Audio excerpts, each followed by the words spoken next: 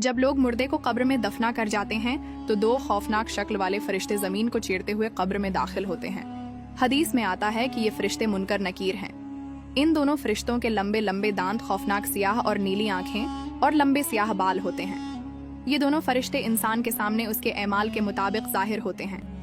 अगर मरने वाला शख्स नेक था तो ये दोनों फरिश्ते खूबसूरत और नूरानी शक्ल में जाहिर होते हैं, और अगर मरने वाला शख्स गुनाहगार है तो ये दोनों फरिश्ते इंतहाई खौफनाक शक्ल में जाहिर होते हैं, जिनका कोई तसव्वुर भी नहीं कर सकता। रसूल सल्लल्लाहु अलैहि वसल्लम ने इरशाद फरमाया, जब मैयत कब्र में दफन कर दी जाती है तो उसके पास नीली आंखों वाले दो फरिश्ते आते हैं। एक का नाम मुनकर और दूसरे का नाम नकीर होता है। ये दोनों फरिश्ते उस मरने वाले शख्स से सवाल करते हैं, तेरा रब कौन है? अगर तो मरने वाला शख्स नेक हो तो वो जवाब देता है कि मेरा रब अल्लाह ताला है। उसके बाद दूसरा सवाल किया जाता है कि तेरा दीन कौन सा है? अगर तो मरने वाला शख्स नेक हो तो वो जवाब देता है कि मेरा दीन इस्लाम है। इसके बाद सवाल किया जाता है कि तेरा नबी कौन था?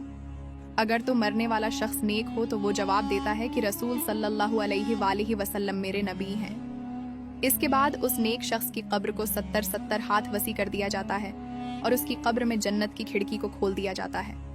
उसकी कब्र जन्नत के बागों में से एक बाग बन जाती है और वो कब्र नूर से भर दी जाती है। उसके बाद मुनकर नकीर उस नेक शख्स से कहते हैं कि अब तुम सो जाओ और आराम करो।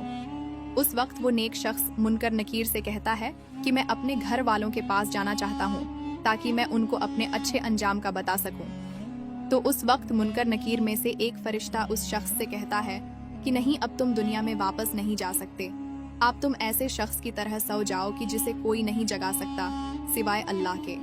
दोस्तों, अगर मरने वाला शख्स काफिर, मुशरिक या गुनाहगार हो तो मुनकर नकीर फरिश्ते उसके सामने उसके एमाल के मुताबिक जाहिर होते हैं, यानी खौफनाक शक्ल में आते हैं और उससे भी यही 3 सवाल करते हैं कि तेरा रब कौन है, तेरा दीन कौन सा है और तेरा नबी कौन है।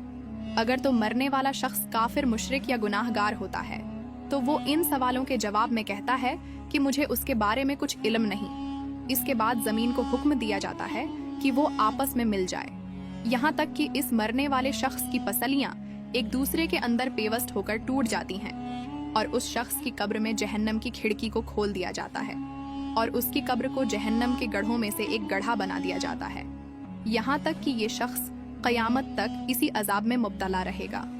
हदीस में आता है कि उन दोनों फरिश्तों के पास इतना बड़ा हथौड़ा होता है कि अगर रुए जमीन के तमाम इंसान और जन्नात मिलकर भी इस हथौड़े को उठाना चाहें तो उसको न उठा सकेंगे, और अगर ये हथौड़ा किसी गुनाहगार इंसान को मारा जाए तो उसका पूरा जिस्म और हड्डियां रेजा रेजा हो जाएं।